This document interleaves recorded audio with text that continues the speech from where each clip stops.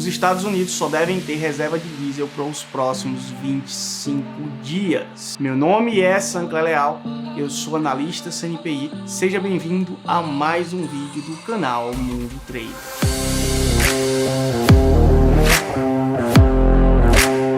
Em 1973, os Estados Unidos enfrentaram uma crise de preços que quadruplicaram em um ano. A escassez se seguiu e o racionamento tornou-se tão comum que as pessoas começaram a estocar tudo que conseguiram. Hoje, parece que a história está começando a se repetir. Agora, os Estados Unidos estão potencialmente enfrentando a pior crise de petróleo da história e com temores que em breve pode estar acabando. Uma vez que os preços estão batendo as suas máximas históricas, a produção está prestes a ser cortada em mais de 2 milhões de barris por dia e alguns combustíveis são tão escassos que os Estados Unidos têm apenas mais 25 dias de estoque. Dada toda essa conversa sobre a pior crise energética em décadas, drenando reservas e preços recordes, com certeza isso vai atingir a economia do mundo inteiro. Mas antes de continuarmos, se você não for inscrito, esse é o momento de se inscrever e de deixar o like no vídeo. Os Estados Unidos usam cerca de 20 milhões de barris de petróleo a cada único dia, que os tornam o número 1 consumidor de petróleo do mundo. Mas há um problema nisso, já que ele só produz 18,6 milhões de barris de petróleo por dia e que são dependentes de outros países para preencher esse déficit, e que é onde as coisas vão ficar mais interessantes. Veja, em uma escala global, nem todos os países usam exatamente a mesma quantidade de óleo no mesmo período. Alguns meses pode ser maior do que o habitual, e outros meses pode ser mais baixo que o habitual. E uma vez que a produção de petróleo não pode ser rapidamente ligada e desligada de um momento para o outro, os países muitas vezes ficam com superávit ou déficit, dependendo de quanto eles realmente usam. Por isso, quando eles têm muito, eles vão vender o excesso a outros países que têm pouco. E quando tem pouco, eles vão comprar de volta para manter a quantidade consistente. Mas o que acontece quando todos querem petróleo ao mesmo tempo e não há o suficiente? Nesse caso, embora os Estados Unidos produzam quase tanto petróleo quanto usa, é o tipo de óleo errado. Então eles exportam e vendem quase metade da produção para 176 países e depois ele pega o resto que eles precisam do Canadá, do México, Rússia, Arábia Saudita e Colômbia, dos quais os Estados Unidos estão quase começando a alcançar em exportações, e isso pode ter causado alguns problemas. É a Organização dos Países Exportadores de Petróleo. Isso é um grupo de 13 grandes nações exportadoras de petróleo que se uniram para garantir que os preços do petróleo sejam sempre estabilizados em todo o mercado internacional, sem grandes oscilações.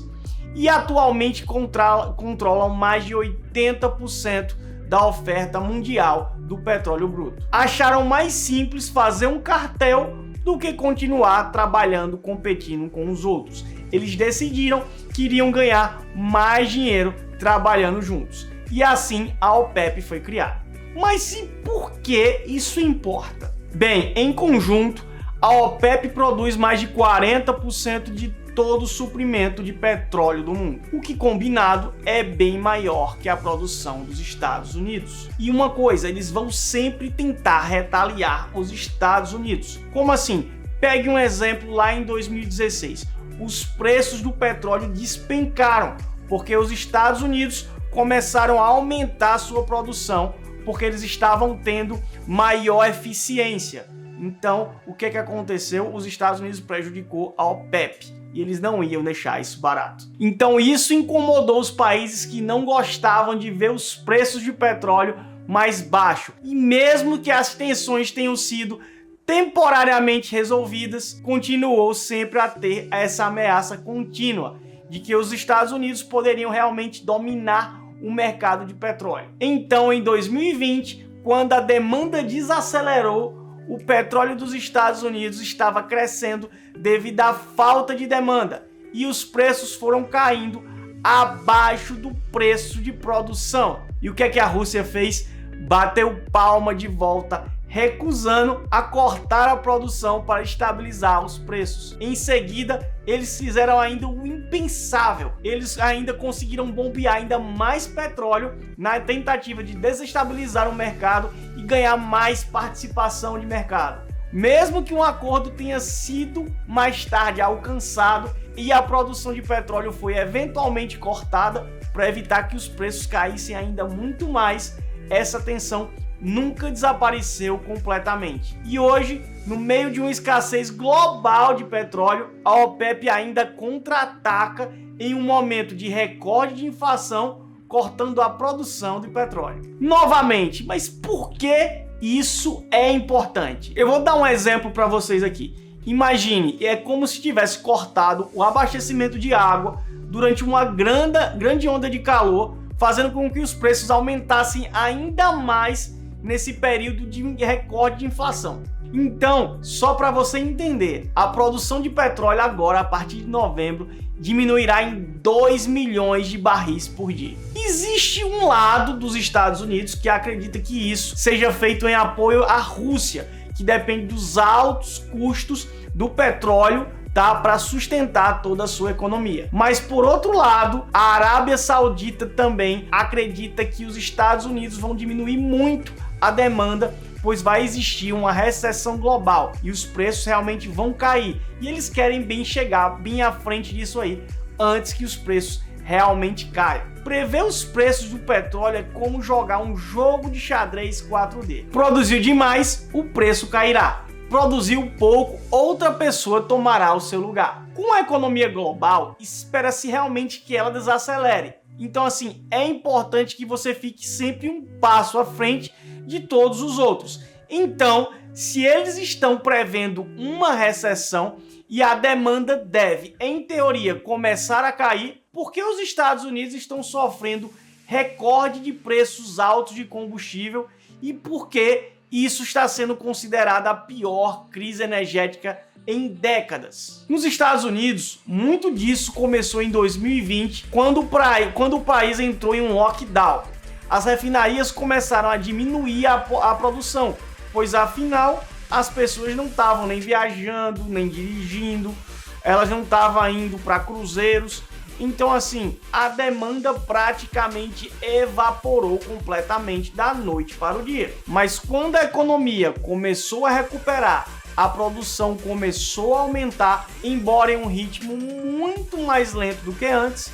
E assim, quando você combina tudo isso com um congelamento profundo, tá, que aconteceu no Texas, um duro inverno na Europa e uma guerra que ninguém viu chegando, é fácil de ver o porquê do preço da bomba que realmente os americanos estão pagando e está aumentando tanto. No entanto, é aqui que tomamos uma virada ligeiramente diferente. Em 1975, os Estados Unidos criaram o que é chamado de Reserva Estratégica de Petróleo.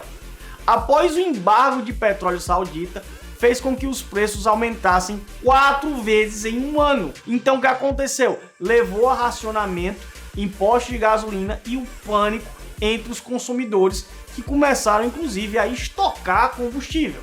Como forma de evitar que essa situação nunca mais aconteça novamente, a Reserva Estratégica de Petróleo foi criada para abrigar mais de 700 milhões de barris de petróleo. Então, como uma reserva em caso de emergência. O objetivo é que isso funcione como uma espécie de amortecedor durante justamente essas interrupções de fornecimento de energia e permitiria aos Estados Unidos aumentar a receita conforme necessário e também pode emprestar a outras empresas e até obter um lucro. Agora, normalmente, nas últimas décadas, eles mantiveram entre 600 e 700 milhões de barris de petróleo que eles estocaram nos bons tempos e os liberou estrategicamente em tempos de dificuldade. Mas hoje a reserva caiu, tem um nível mais baixo desde 1984.